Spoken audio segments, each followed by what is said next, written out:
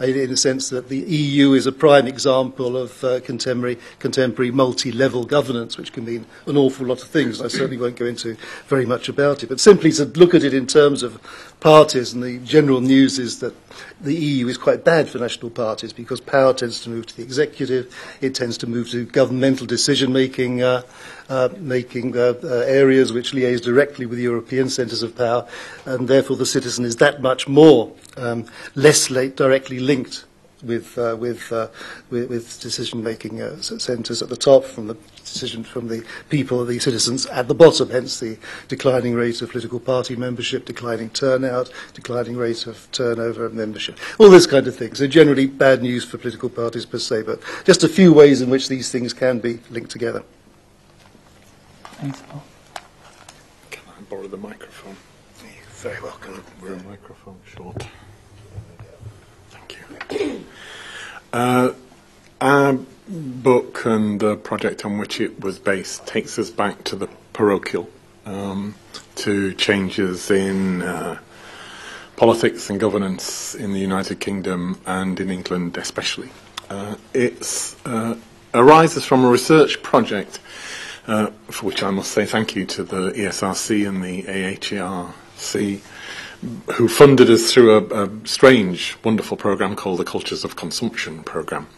And our project came about because of a sense of fascination on our part with the increasing way the word consumer was used by New Labour in particular to motivate and legitimate and drive reforms of public services.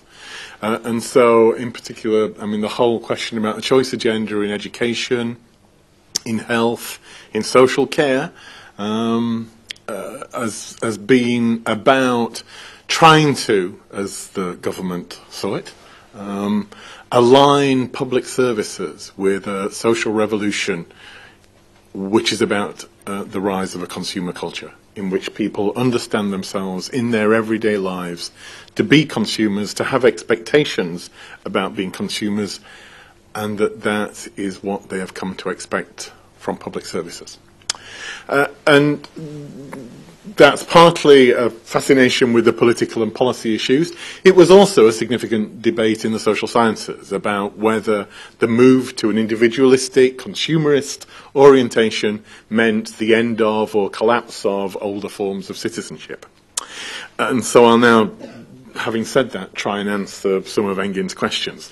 It is then for us partly about citizenship. And citizenship for us, I think, is understood as something which is both imagined and inhabited.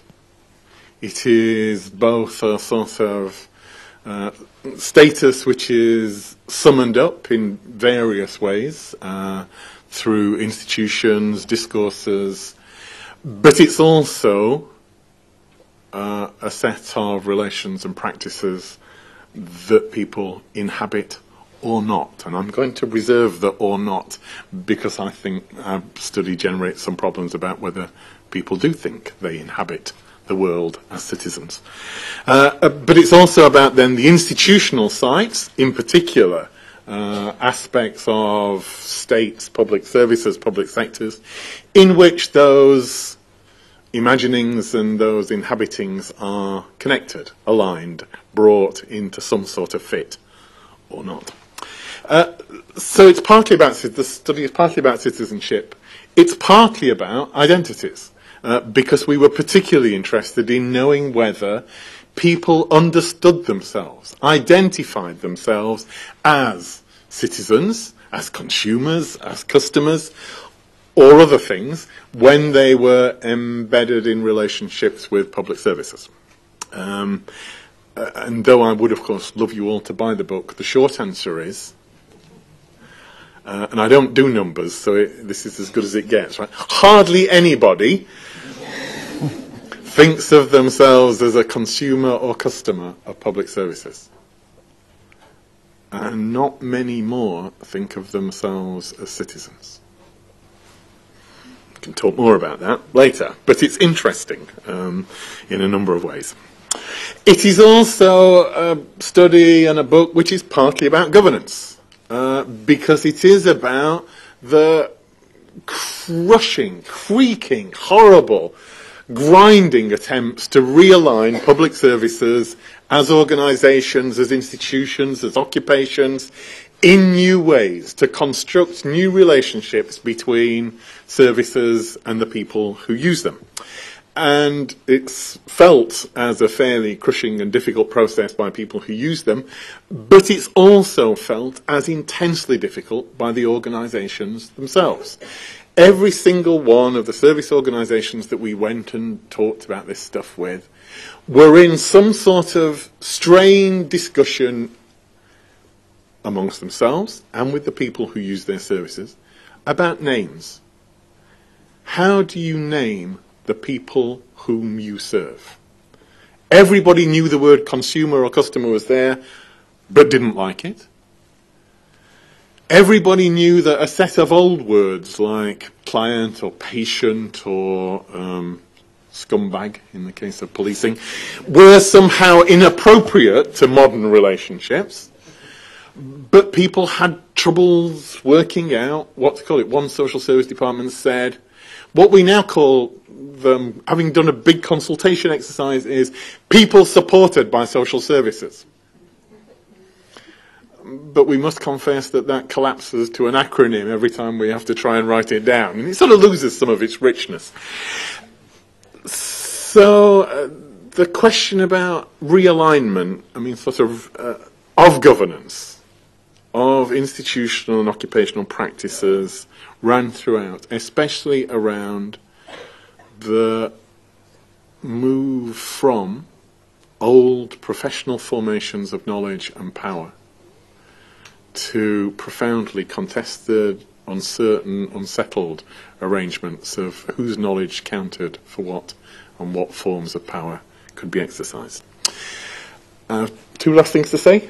Can I get two last things in? That'd be great. One is, it was 5 of us. I get to sit here looking like a lot of people. So it included Janet Newman, it included Louise Westmoreland and Nick Smith, who are sitting a long way over there. Just wave. Seeing how shy and polite. And Elizabeth Vidler, who I can't see in the room. But anyway, it was a very wonderful 5-person project. And the great thing about it is, from my point of view, it has allowed us to pick fights with all sorts of people in all sorts of settings, from policy settings in which we have major policy impacts, like trying to persuade the National Health Service to stop using the word consumer. So they've now adopted the word entrepreneur. No longer the patient as consumer, but the patient as entrepreneur. I think that's a policy impact when they come to measure it. But also in terms of within the social sciences, one of the conclusions that the book reaches is that the citizen-consumer distinction, which has played such a significant role in the debates about New Labour, may not be suitable conceptual framing. We have fights with lots of people. It's great. Well, thank you. I thought that there's extraordinary richness of concepts here, and we can hardly, of course, do justice in the time given, but I thought that panelists have done an incredible job in just precisely articulating, at least for me, a couple of tensions in shifts. One of them is John Clarke ended up describing imagined and inhabited worlds of citizenship, or I think it was Celia or Margaret mentioned about focusing on acts of citizenship, the ways in which people enact their citizenship in their deeds, as it were, versus the more abstract conception of citizenship. And that tension, I think, is a significant one, and I think quite inherent to citizenship itself. And it is something to be worked through. The other shift that I've noticed is the scale. That when we use the term, it inevitably, and this is also inherent in citizenship, that it invokes various scales that are themselves in tension with one another. We see for example, when Janet, Celia, and Margie are talking about citizenship, is more state citizenship. It's a more contained version of it.